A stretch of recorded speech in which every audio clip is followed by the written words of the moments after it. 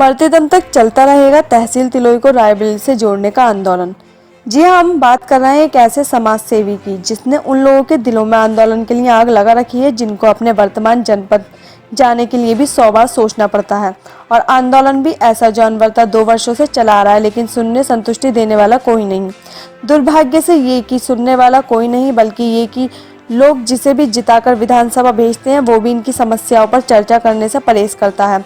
जी हाँ, हम बात कर रहे हैं समाज सेवी, अनुशासित, अपनी बात पर अड़िग माने जाने वाले लाल प्रताप सिंह की, जिन्होंने एक अभियान को आंदोलन का रूप देकर अब ये तो साबित कर दिखाया कि तहसील तिलोई को जनपद अमेठी से हटाकर रायबरेली से जोड़ा जाएगा।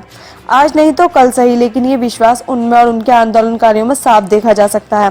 आज सिंहपुर ब्लॉक के मुख्यालय के मुख्य गेट के सामने धरने पर बैठे लाल प्रताप सिंह से बातचीत की तो उन्होंने बताया कि इस अभियान की शुरुआत आज से 2 वर्ष पहले हुई थी, जिसकी शुरुआत सबसे पहले उनके द्वारा शुरू की गई थी। धीरे धीरे इस अभियान में मुख्य धारा से लोगों का जुड़ाव बढ़ता गया और लोग जुड़ते गए। इस अभियान का मुख्य उद्देश्य तहसील तिलोई को अमेठी से हटाकर रायबरेली से जोड़ना है। तिलोई को रायबरेली में जोड़ने का अभियान, इसमें सारा भाव और भावनाएं सब जुड़ी हुई समाहित हैं। रायबरेली जनपद में तिलोई विधानसभा तिलोई तहसील को जोड़ने का काम। जी। तिलोई तहसील में कितने ब्लॉक आते हैं? 3 ब्लॉक। 3 ब्लॉक कौन कौन से? सिंहपुर, तिलोई और बहादुरपुर। सिंहपुर, तिलोई और बहादुरपुर। जी, इसका उद्देश्य क्या है? आप लोग क्यों चाहते हैं ऐसा कि ये अमेठी जनपद से रायबरेली जनपद में जुड़ जाए? तिलोई विधानसभा कहिए या तहसील कहिए, जब नवसृजित जिले होने लगे उसमें एक अमेठी भी हुआ।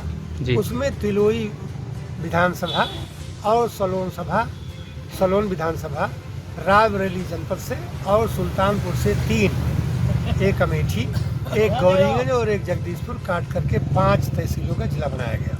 जी। किन्हीं परिस्थितियों में सलोन को पुनः रायबरेली में जोड़ दिया गया और हम वहीं की वहीं रह गए। अगर हम रायबरेली में नहीं जुड़ते और वहीं जुड़े रहते हैं जहाँ दिए गए हैं अमेठी में, तो हमारी कमिश्नरी हो रही है फैजाबाद कमिश्नरी पूर्वांचल में आती है। जैसा कि हम और आप और सब जानते हैं कि नवंबर 11 में एक उत्तर प्रदेश सरकार ने प्रस्ताव भेजा सेंटर को कि प्रदेश बड़ा है, विकास और शांति के दृष्टिकोण से इसको 3-4 भागों में बांटना चाहिए। तो इस दृष्टिकोण से, इस दृश्य से हम लोग पूर्वांचल में आ रहे हैं, चूँकि फैजाबाद पूर्वांचल में पड़ रही है, तो हम पूर्वांचल में चले जाएंगे जिसकी राजधानी गोरखपुर होगी। तो एक तो भौतिक दृश्य से हम लखनऊ 100 किलोमीटर को छोड़ देंगे और राजधानी हमारी हो जाएगी गोरखपुर, वही हाई कोर्ट होगा, वही सचिवालय होगा, हमको बहुत दूर जाना पड़ेगा। दूसरी बात, सभ्यता और संस्कृत का जहाँ तक प्रश्न है उसमें बहुत अंतर है। हमारा अवध की जो नगरी है, उसकी जो संस्कृति है, उसका कोई जोड़ नहीं है। हम पूर्वांचल की संस्कृति से बहुत अलग हैं, एडजस्ट नहीं हो पाएंगे। भौतिक दूरी भी है, भावनात्मक दूरी भी है। किसी भी स्थिति में हम लोग पूर्वांचल में रहने के लिए तैयार नहीं हैं, करना चाहे जो पड़े, समय चाहे जो लगे। नहीं, इसके बारे में कुछ लोग ये भी अनुमान लगाते हैं ये आप लोगों का राजनीतिक स्टंट है महज। इसके बारे में आप क्या कहेंगे?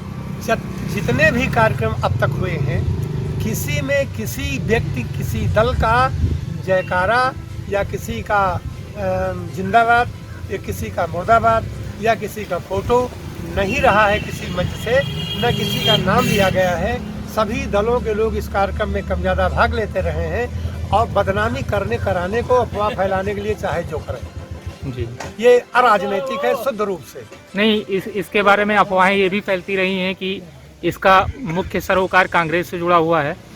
अगर कांग्रेस से सरोकार जुड़ा होता तो जब ये शुरुआत थी तो मनमोहन सिंह की सरकार थी, हम उनसे कहते, हम राहुल जी से कहते, राहुल जी आते, कुछ बोलते, कुछ बात करते और ये झंडा बिल्ला लगा करके हम मंच स्थापित करते, तब तो ये माना जाता। जब हमने कभी झंडा बिल्ला नहीं लगाया कांग्रेस का या किसी दल को नहीं इसमें दल के नाम पे जोड़ा, केवल व्यक्ति के नाम पे जोड़ा गया, तो वो चार्ज पूरा का पूरा निराधार है।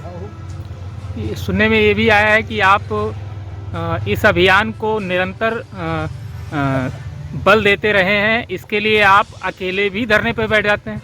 हाँ, अकेले भी बैठ जाते हैं, कई बार बैठना पड़ा। पहले कोई व्यक्ति अकेले कोई किसी चीज़ को सोचेगा, उसके बाद में 2 होंगे, फिर 11 होंगे, फिर 111 होंगे, इसी तरह पर अनंत संख्या होती चली जाएगी, संख्या बढ़ जाएगी। पहली बार तो कोई न कोई एक ही व्यक्ति स्टार्ट ही करेगा। आपने इस अभियान की शुरुआत कब की? निश्चित रूप से कोई तिथि तो ध्यान में इस समय नहीं है। कितने वर्ष हो गए? 2-2.5 साल हो गए। लगभग 1 दर्जन के आसपास हमने उपवास किए, कई रैलियां निकाली और कई धरने दिए। इस तरह से हम लोगों का अनवरत कार्यक्रम चल रहा है। अब इस आंदोलन का रूप समाज के ऊपरी सतह तक हम इतने दिनों बाद ला पाए। हमारे साथ तमाम दलों के लोग, जिसमें दल का कोई बात ही नहीं है, पहले भी कहा, सभी क्षेत्र के, सभी जाति के, सभी धर्म के, पूर्व और वर्तमान प्रतिनिधि, जैसे हमारे बगल में पूर्व प्रमुख बैठे भी हैं सिंहपुर के यूनुस भाई बहादुरपुर के, और जिला पंचायत सदस्य जो कि मुख्य रूप से इस कार्यक्रम को देखने वाले हैं। हम तो केवल नाम के हैं, और सारे लोग यहाँ जो हैं ये पूर्व हमारे जिला पंचायत सदस्य हैं, ये प्रधान पूर्व हैं, ये सब लोग प्रधान पूर्व हैं, ये हमारे बहुत महत्वपूर्ण हैं, और तमाम लोग हैं। इस कार्यक्रम को अब ऊपर उठाया जा चुका, जनता में पहुंच गया, सरकार में पहुंच गया। बिना इस कार्यक्रम को पूरा किए, बिना तिलोई को रावली में जोड़ दिए हम लोग मान नहीं सकते। करना चाहे जो पड़े, चाहे जो करना पड़े सरकार को झुकाने के लिए, सरकार को इस बात को मनाने के लिए, हम लोगों को चाहे जो करना पड़े। जान देना तो बहुत सरल, उसको तो मैं जल्दी दे सकता हूँ, लेकिन थोड़ा और बढ़ा के जान देना चाहते हैं, ताकि इसको कतई एक भी मिनट प्रदेश सरकार झेल न सके रावली में जोड़ने से। अगला कार्यक्रम भी बता दीजिए, अगला होने वाला है। अगला बता दें? हाँ बिल्कुल बताइए। यदि इस कार्यक्रम में हम लोगों को संतोषजनक कोई जिलाधिकारी महोदय या उप जिलाधिकारी महोदय ने न आकर के आश्वस्त किया, तो हम लोग एक बड़ा कदम उठाने जा रहे हैं। अर्धनग्न अवस्था में हम लोग इस कार्यक्रम को चलावेंगे। तहसील गेट के सामने नहीं, वो बात बता करें, जितना कह रहे हैं उतने वो आप समझिए जी।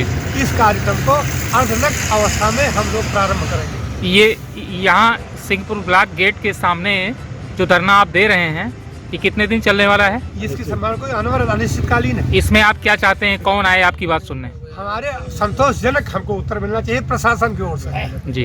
मैं एक बात और कहना चाहता हूँ, मुझे बहुत दुख के साथ एक बात अपनी भावना व्यक्त करने जा रहा हूँ कि जब से इस कार्यक्रम को चला रहा हूँ 2-2.5 साल से, 1-8 दर्जन बार कार्यक्रम कर चुका हूँ, एक बार भी जिला प्रशासन या तहसील का एसडीएम आकर के इस बात को नहीं हम लोगों से पूछ पाया, भावनाओं को नहीं छू पाया, आहत भावनाओं को नहीं छूने का प्रयास किया कि आप लोग क्या चाहते हैं। इसको ना करिए, आपके लिए पूर्वांचल ठीक रहेगा, ये कम ठीक है, वो ज़्यादा। कहने का मतलब है कि संतोष देने का, संतुष्ट करने का कोई प्रयास नहीं किया, और यही सोचते रहे कि बैठे रहने दो, अपने आप चले जाएंगे।